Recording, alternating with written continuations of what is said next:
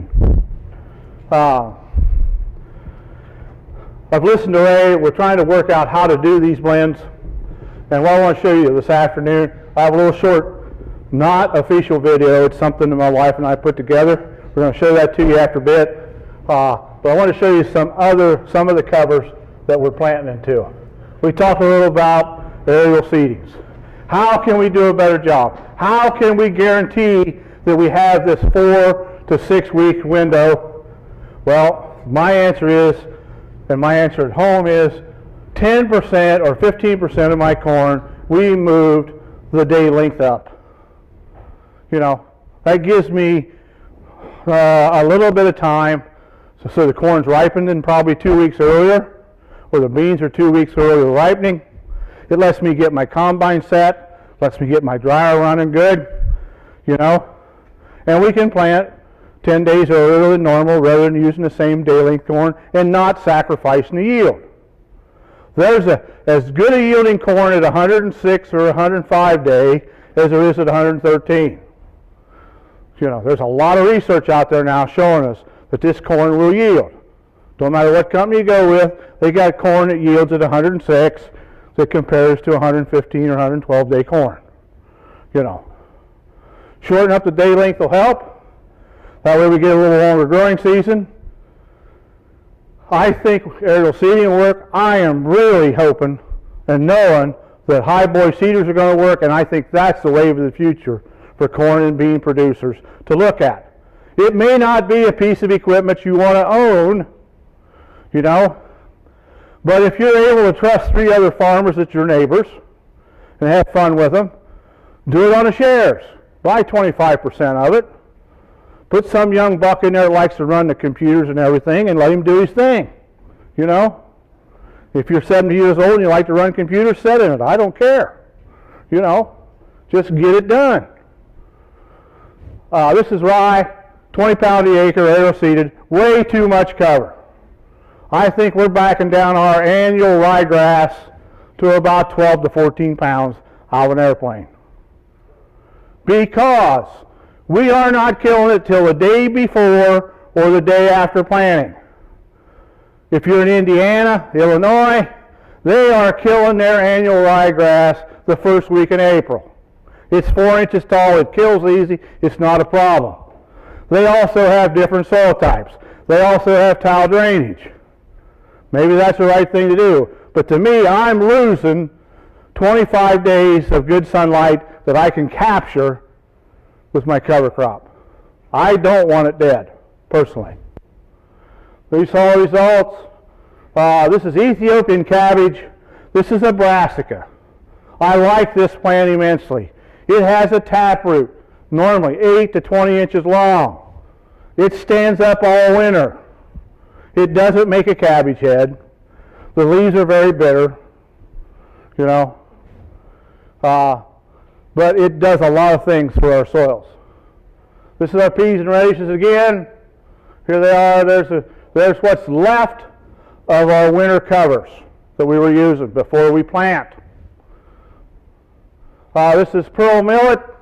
This is a summer mix going in after wheat.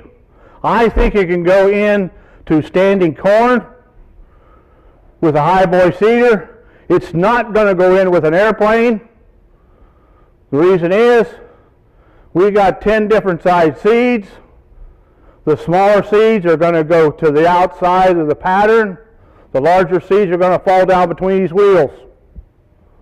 And that's what's going to happen, guys. It's going to be segregated in the air. An air seeder that don't segregate is bad. This represents 20,000 pounds of biomass. This much biomass can change your organic readings about 0.2% to 0.5%. On Dave Brandt's farm, we can change it 1 whole percentage points. But we know what we're doing. We've been doing covers a long time. It won't happen the first year. What I like about blends that have different heights, it's like the picture of the prairie that Ray had. We have 10 different species with 10 different size roots, 10 different depths of roots. We have as much biomass under the soil as we have on top of the soil. Here's annual ryegrass and crimson clover. There's what it looks like. If you're in a fastly growing development community, please don't plant this. They sell it off in lots in a big hurry. Build houses on it. Not a good thing, you know. Here's another 8-way blend. You can see the sun hip coming to bloom there. You can see it kind of segregated, got in rows. That just happened to be in between the corn rows. It was growing there better than it did on top of the corn. Sun hip again. Pearl millets. Just imagine this is 20,000 pounds of stuff, you know. There you saw that picture. I like that picture, you know. I like to think, well, you like to make everybody think, can we plant in this? Yes, and we're going to show you a movie how we're planting into it here in just a little bit. This is the forage in April 29th, just before we plant. You know. There's October the 21st on Sudan sorghum and pearl millet. There it is again in December. Absolutely no erosion. Yes, ma'am. This is in April, the slide before. The slide before was in April. Let's see. Yes. Did you then apply Roundup or something? On this piece, I selected not to apply any herbicide because if you look, the mustard is in full bloom, getting ready to make seed. Didn't bother me because I didn't think there was enough to worry about. We just went in and planted corn. About 3 weeks later, the mustard turned white and died, and we have not had any weed pressure since. We will probably have pretty good mustard come next spring for next year, you know. But we can plant in this. No problems that we've had this year other than we're going to have to put a rub bar in the front of the planter to push over the big sun hemp plants that you see standing right here. Because if they're leaning to the right and you're coming through on the left, guess what happens, ladies and gentlemen? That pokes up into drive chains. That pokes up and helps push off the wires of the monitor. So if you go ahead of the planter and put a rub bar on it where it'll rub it down before it gets to the planter, you won't have that pressure. You know, these are things we learned and no one told us. I called Gabe Brown, that's done this for 3 years, and he says, well, I can go tell you all my secrets. You have to learn something, you know. So that's how we learn, by doing things. Again, a nice carbon mat. I like an 8-way blend. I like an 8-way blend that has 2 carbon sources. I like 4 nitrogen sources. And out of those 4 nitrogen sources, I like to have 2 of them as a summer warm season nitrogen source and 2 cool season nitrogen sources. And I like 2 brassicas, such as radishes with either turnips or Ethiopian cabbage or rapeseed or mustard. You know, those are all in the brassica family. Again, there's some of the radishes that's still surviving in December 22nd. By March the 1st, we've had a lot of cold weather. All the radishes have croaked by then, and everything's brown there, so all the residue is brown. It's about 3.5 inches tall when we're planting in April. You know, looks like similar to this. If it looks like this and it's rained 30 inches in May, it is a bear to plant in. I'm not kidding you one bit. It's no different than what you guys are looking at conventional. You know, the ground's so wet and sloppy you can't do anything with it. The ground's wet and sloppy underneath these covers too. But I will say one thing. 2 days after it quits raining and the sun shines on it, we'll be planting this before our conventional neighbors ever think about pulling their equipment out in the field. Again, there's a shot of it just to show you how it's controlled all the winter annuals. You know, we don't have henbent or chickweed, those kind of things that come in the wintertime that everybody else sees. If you don't know what those are, that's that purple flower you see in March and April growing. It's about 4 inches tall. Chickweed has a white flower. Again, we're planting into it. Yes, you can plant in green stuff. Yes, you can burn it off ahead of time. The biggest problem is if you plant in this stuff and kill it a week ahead and it's brown before you plant and it rains an inch and a half at David's farm, that's like a bowl of jelly underneath there. It takes a while to dry it out because you actually, what you did when you killed this residue, you just took a black perforated tarp, spread it across all the acres you sprayed. That way the sunlight and the wind won't help to dry out the ground. It has to be percolated out either through the tile or through lots of root mass and earthworm holes to get it dry.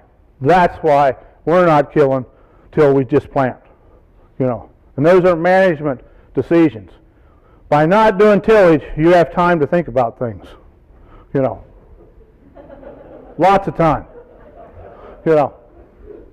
Again, ryegrass, crimson clover.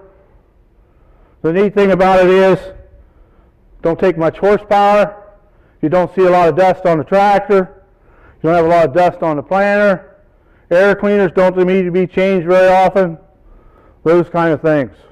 If this was conventional soils like I've seen, my neighbor's tractor, your planter, when he starts in the morning, you don't see it till the evening. You just see this cloud of dust going down through the field, back and forth, back and forth. You know. Here's ryegrass. You can see they did a pretty nice job. You can see the marks the planter made. We don't want our planter to lift any soil. We're using an 8 wavy fluted coulter that opens a slot 3/4 of an inch as it waves through the ground. Our disc blades open a slot 5/8 of an inch. So our disc blades don't pinch the soil as it goes through. It leaves it lay where the fluted coulter left it. Then we use a rubber press wheel on our planter. No, I don't believe in row cleaners. No, I don't believe in spike closing wheels. I think those are just things to put a Band-Aid approach on poorly managed soils and poorly managed covers. Again, there it's going. And here is our seed right here. This is a 12-way blend. You can see that our residue we're planting in is about 2 inches thick. You can see the root system, but look at the granularization of the soil where the seed is going to lay.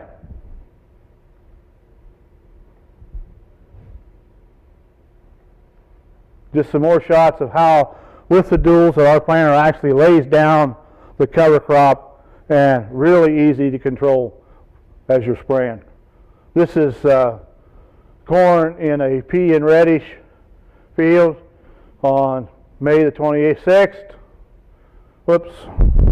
Here we're planting soybeans in standing rye with our drill. We use both our drill and corn planter. We see no difference in the yield between the drill and the planter if both pieces of equipment are set right. Our drill is sowing 225,000 seeds per acre, not sowing, not planting. Our planter is planting 225,000 seeds per acre, but they're placed in the soil. That's why we see no difference in the yield. So many times a drill will put on 20% more than a planter will. That's why guys use planters instead of drills. This gives you an idea how tall it is. They've been asking lots of questions about when do you roll the rye. Well, if you'll notice, there's a white dust. By the day's end here, this tractor is all yellow. Looks like a Moline instead of an Alice Chalmers with dust from pollen of the rye. When you're getting that situation, the rye is the right size to roll. If you're not getting any dust on the hood of the tractor, it'll just spring back up and you'll have to use a herbicide to knock it down. When I get called out to look at drills, I like to look at them in the field so I know what's going on. I'll walk up to the drill. The first thing I'll look at is that disc blade right there. That's the fluted coulter. That's a 25 wavy blade. The waves on the 25 wavy blade is an inch wide. Inch variation until it gets to the smooth part of the blade. If you look at that, that's about 1 3/4 inches depth. I have seen them where the polish clear up to the hub, and the guy wants to know why he can't get any beans up or wheat up. You know, look at your equipment. Look at what's going on. You can see the seed blade. It's about 1 3/4 to 2 inches polished also. Simple things make everything work better. I took this picture just to show you how tall the rye was, you know, and sometimes the gates aren't wide enough to get it in, so you just pull her through there anyhow, you know. But you know, that thing's heavy enough that the fence posts don't make much difference anymore, you know. Just there's the rye. This is 30 pounds to the acre, fellas. This is plenty thick, you know. Here's the crop roller again. I really like to use it, but you got to use it when the plants mature. If you remember a picture of Ray's duct tape roller, the vetch and the clovers were all in bloom. He could control it. If they wouldn't have been, they would have sprung back up, and I'll guarantee you he wouldn't have had 40 species or 50 species growing in his garden if it would have sprung back up. They would have overpowered it. You wouldn't roll in September because that's a September 5th picture. That was when our field day was. We were just trying to demonstrate how nice a roller leaves the residue. And this thatch is 6 inches or 4 inches thick. Remember, if you're rolling to the right, you must plant to the right. You don't want to plant to the left because you're trying to jam all that corn and stuff that you rolled through that residue, and it's wanting to fold it up and wad it up in there. If your roller is not as wide as your planting unit, you roll on a 3 to 5 degree cant, and you'll have no problems going through the residue. Various company makes rollers. This was one they shipped to me before my field day. They said, "You'll really like this, David." They just took angle irons, 2 foot long, welded on a regular roller drum. It's heavy. I was disappointed on how it rolled the crop because it wasn't far enough along. I thought as big and as mammoth as that roller was, it would definitely flatten it, but it didn't. And I think for me, it's a little expensive, you know. Here's the rye after planting, or the rye that is brown, and there's the soybean coming up. That's about 6 days after planting beans. Here's our corn, and you can see our rye's thin. You know, 15 pounds of rye in corn is all I want, because rye is a grass, corn is a grass, and there's some kind of problems with getting emergence if the rye is over 30 pounds the acre in corn. I think we need to remember, I had a conversation just a minute ago with a young man about planting corn and how well it does conventionally when he plants in May, and his no-till corn never grows very well because the soils are cold. We are working with a warm season grass. We need the soil warm to make a warm season grass grow. That's all I'm going to tell you. 50 degrees, it'll germinate. 60 degrees, it'll grow. I like warmer soils to plant into. We have backed our planting dates up probably 2 or 3 weeks, mainly so we can get the corn up and we don't have trouble with it. Again, there's the corn. This is ryegrass and crimson clover. This is about 3 weeks after planting. This is annual ryegrass and crimson clover. It was about 18 inches tall when I was planting the 5th or 6th day of May. We sprayed it with 40 ounces of Roundup, 25 gallon of carrier, the regular amount of AMS, plus some citric acid to lower the pH of the water, because that's what they said we needed to do. It still took 2.5 weeks to turn it brown. During that time, it went to head. As it grew, it sucked the moisture out of the ground. We were really getting dry, and I was really getting worried. Before I left home on Friday, we had a 1/2 inch of rain. This corn grew 3 inches, and it looks a whole lot better than it does there.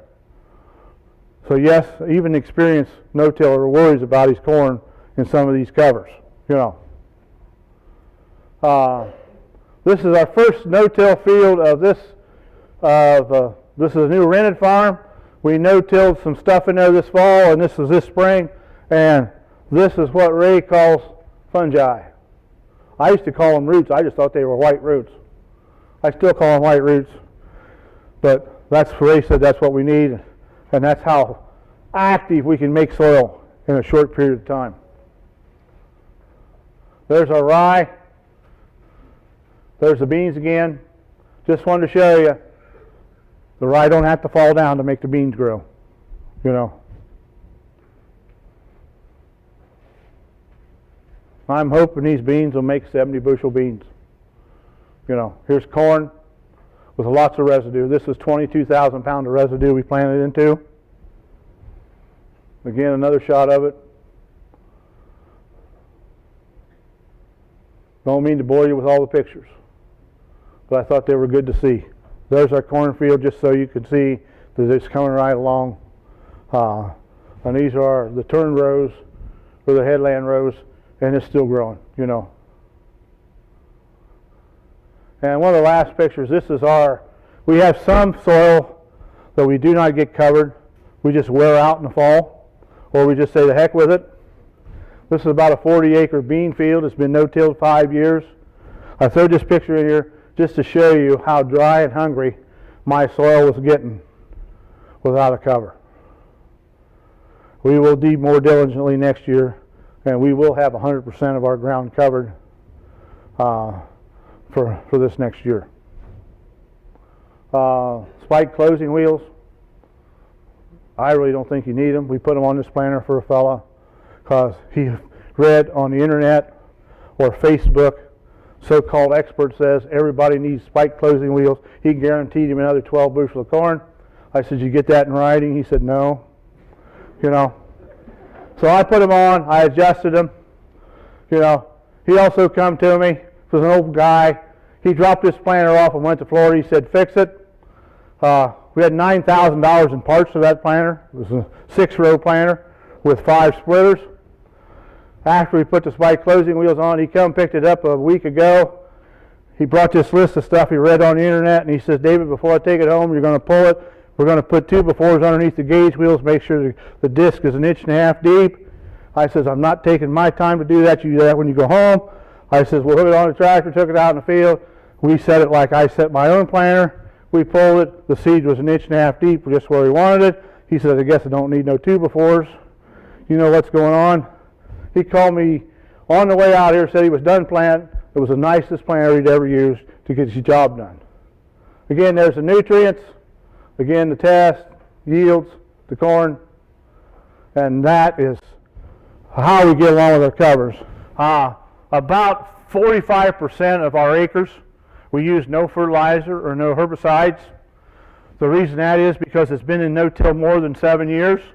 The balance of the land is land that we acquire, and it's only been in no-till maybe 1 year, maybe it's the first year no-till, and it takes a while. It takes about 5 or 6 years for us to get everything started to make it work.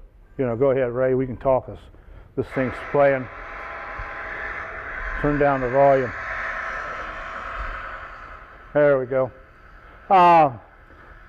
This is just what's left of our winter covers that's growing. Hairy vetch, Austrian winter peas, radishes. You can see how nice the soil's coming here. And some questions that was asked while this is going on, this goes on for a little bit, was how do we work with our landlords? I have some 1-year contracts. I have some 3-year contracts. I have some 5-year contracts. And I have some 10-year contracts. The last 3 years we've changed our contracts and worked with our landlords. We first take a soil sample. We agree upon a price. We sit down with them. We show them exactly what their pH levels are, their phosphorus or nitrogen, and their potash levels. We guarantee them that when we leave that farm, it'll be there or better. If it's better, they agree to pay me the going rate for the increase of phosphorus and potash that I put on their farm. Because with cover crops, we can bring those readings up. Since we've done that for 3 years, now we've not lost a farm because it cost them money to get rid of us. You know,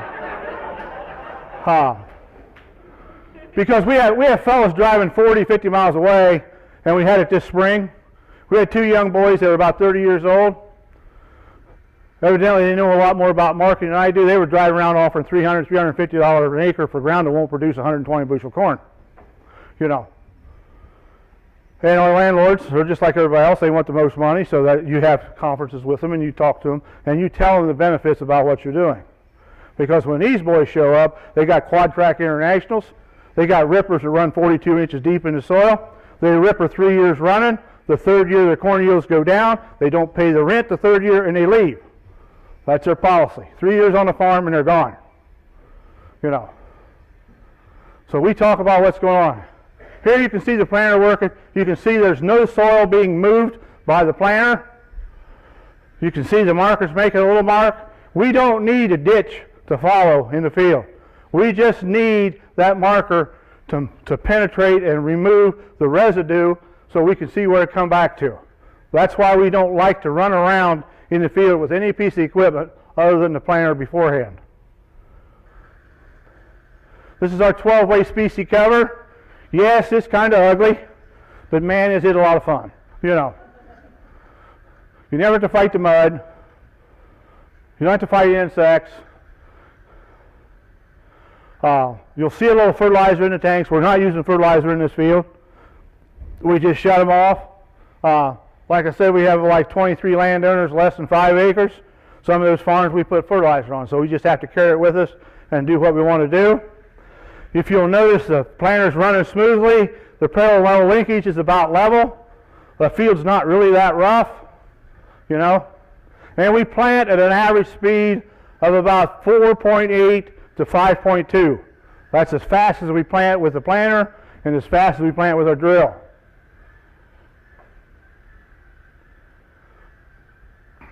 Our annual fuel consumption for the acres that we farm is 2.4 gallons per acre per year. Here we're planting in the ryegrass. Probably wondered what that looked like. Like you can see, it's about 18 inches tall. It's almost at the bottom of the frame of the planter. We're planting corn. We're planting corn.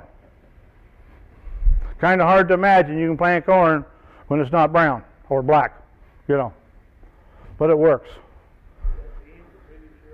Beans the previous year, aerial seeded ryegrass and crimson clover, September the 10th at 16 pounds the acre total mix. I had $20 in the seeding cost, $15 in the airplane cost. We did the Savito test in this field. We have 194 pounds of nitrogen the day before we started planting. We had 130 pounds of phosphorus, and we had 475 pounds of potash, according to the Savita test from Rick Haney. From OSU Labs, I don't know what the nitrogen reading was. They don't do that, but they showed we had 42 pounds of phosphorus and 100 pounds of potash. From a chemical test of cover, or from soils. There's the roller. There's the, whoops, up, back up. Don't back up with the planter, it plugs it up.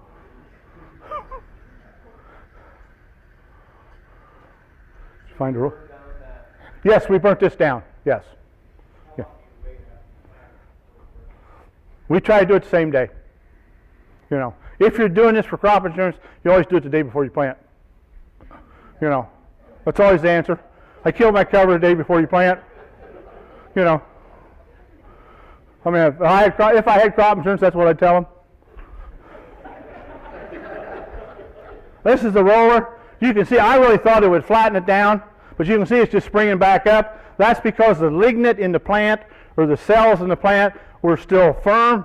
The plant hadn't started to go into maturity, so the plant was still firm. As soon as it blooms, starts to bloom, the plant gets hollow like a straw, and when you roll it that way, it sounds like you're popping popcorn, because you can hear those plants actually pop open, you know, with the roller. There'll be a place or two here when he turns around and comes back up through. There it is. We had about 65 or 70 pounds of rye right in this area. You can see it rolled it down better because it was heavier. You know. But that's a whole lot of residue to plant through. Questions? On this, we're planting beans into this. Yes, I would be concerned about the allopathic effect on corn, yes. That's why we also use a mix. Right. If you use a mix, you don't have that issue. And this is the way I like to tell farmers. Farmers will call and say, I'm a conventional farmer. I want to go to no-till. I want to use your covers. How do I start? This is how I get them started. It's real simple. This rye can be sowed with an airplane. It can go in after you harvest the corn. It can be planted clear up till Thanksgiving in Ohio if you get snow, and it will grow. Rye is really forgiving on planting dates. If you plant it at Thanksgiving, it is not going to pollinate till about the 5th or 6th of June. So don't be planning on rolling it as a way of using it as a cover. You know. Here we're planting beans into it on the move. Thank you, sir. Oh, by the way, Sudan grass is very allelopathic. Sudan grass. So keep that in mind. So when you do one of these diverse mixes and you've got it in your, or you've got it in your box for seeding it, what across that ground that doesn't shake that out, you're going to lose the heavier seeds first? Question was, as we do the diverse mixes and we're sowing it with a drill, will it separate? Yes. Yes, it will. What we do, we fill our drill box about half full, which will give us enough about for 11 or 12 acres. You know, after we plant about 5 or 6, we just go back and manually stir it, and we don't have much trouble. But I'm really not concerned about segregation to speak of. You know, I don't want all my sunflowers in the last 50 foot, no. But I really don't care if the sunflower is 10 foot apart or 30 foot apart. You're not going to monoculture, and what we do is we mix the seed before it goes into the Right. seeder. And if you're really concerned about it, you know, an ounce or two of water per bushel on the seed will keep it sticking together. And we don't worry about the depth. We try to get it sowed about 1 inch deep on the blends, you know. And that's a little deep for the fine, real fine stuff like the radishes and the clovers. But what happens is as the larger seeds are coming up, like the rye and the Sudan sorghum and the pearl millet and the other stuff, it helps the smaller stuff to come up. We always get a successful seeding of all the plants we seed from a 6-way mix on, you know. This is just an idea of how things look on Dave Brandt's farm. You're all welcome to come anytime. I'll take time to show you our farm. If you're ever in Ohio, we're just south of Columbus, about 20 minutes. And the last thing I want to try to show you is he's coming to where the sprayer will be here. And it's real important to get your sprayer working right before you try to attempt to spray these large covers. Here we're on full. This is our 90-foot sprayer. It will clear 8 foot of material with the booms. Of course, the tractor won't, neither will the sprayer, but the booms will, you know. But what we got to do here is you got to have a sprayer, or adjust your sprayer to spray 18 inches above the tallest rye. Because if you're dragging the nozzles through the rye, you're only going to kill right where that nozzle touched. You don't get great dispersal, you know. We have went to the attempt on sprayers when they showed up 10 to 15 years ago. We used custom sprayers. We always carried 3/4 inch galvanized pipe with nipples on them, so when they showed up, they could put a 2-foot standpipe and then put their nozzle on it, because their booms wouldn't go high enough. This sprayer, it does. You want to use at least 20 gallons of water as your carrier, and you want to keep the pressure up between 35 and 45 pounds so you can push that material down through this rye cover, you know. And we have to be a little meticulous on this farm because this guy likes his 20-foot wide grass strip that he can mow with his mower because it keeps him out of the house so his wife ain't picking on him, you know. So he told me not to kill the grass strips, you know. But there we go. You can see the amount of a carrier coming out of there, and this way the crop turns brown. Any questions? Now that I've totally confused you, I'll let Rick finish up here. And yes. You touch upon this year in Iowa, we're going to have some pre-prevented plant acres. Talk about that and use the crop. I think if you got preventive planting, I think, man, this is the real time to really consider using some cover crop. Why do you want that ground naked, bare, and hungry? It won't be naked, bare, and hungry, because as I drove through Iowa, where they hadn't worked the ground, God had put a cover crop on it. It wasn't what that farmer wanted, but there was something green and growing out there. And it was these weeds. You know, I think now, within the next 2 months, if you can't get it planted to beans or corn, and you want to go to covers, I'd head to the local NRCS office, ask them for an equip program. They're going to pay you 25 or 30 bucks an acre. That covers the seed cost, you know, and start your no-till and cover crop in your preventive planted acres. Now's the ideal time to think about this 8 or 10 or 12-way species. You've got a wide enough window to grow this stuff. Don't be in a hurry to plant it. Just get your stuff lined up. Start planting it the middle of July. That way it won't bloom and go to seed. You won't have trouble that way. All the nutrients will stay in the root zone where it's supposed to. And you'll have a good jump on what's going on. So they're going to plant a summer mix? They plant a summer mix. That either you can fix it up so it either all freezes off, or you have 4 or 5 species that will over the winter and grow back in the spring. And I think you're on the way to lowering your input cost, you know. And again, you need to leave this strip, whether it's 2/3 or half the field you're not going to treat, or whether it's just 40 foot you're not going to treat because you don't believe us, you know. But you need to leave some strips in this to justify what you're doing. You need to put full rate fertilizer on part, half rate fertilizer on some, and none, because that's how you're going to learn. Don't do what we tell you. Try this stuff on the farm. Everyone sitting in here that's a farmer's probably got a yield monitor in their combine. You know, then you can tell. You don't need to ask your agronomist to come out or NRCS to come out. And you don't need to be ashamed. Just sit there and validate as it goes through the field. You know, this had full rate fertilizer. The corn made 100. This has half rate fertilizer. Corn made 100. Made more money here. This had no fertilizer. Corn made 100. Ah, the light bulb went off. I didn't need to do those other 2. So next year you can learn to adjust that. Every year is different. That is why we're having trouble with land-grant universities working with it. They come to me, they say, David, we want to help you. We want to do this. We want a textbook answer. There is none.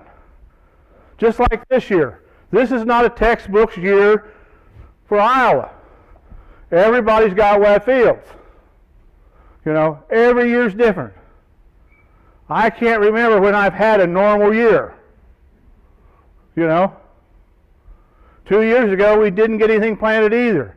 We didn't started planting corn until June the 6th 2 years ago. I feel for you guys. But June 6th corn, with good weather afterwards, and it was great weather. Every week it rained a half an inch. It was warm.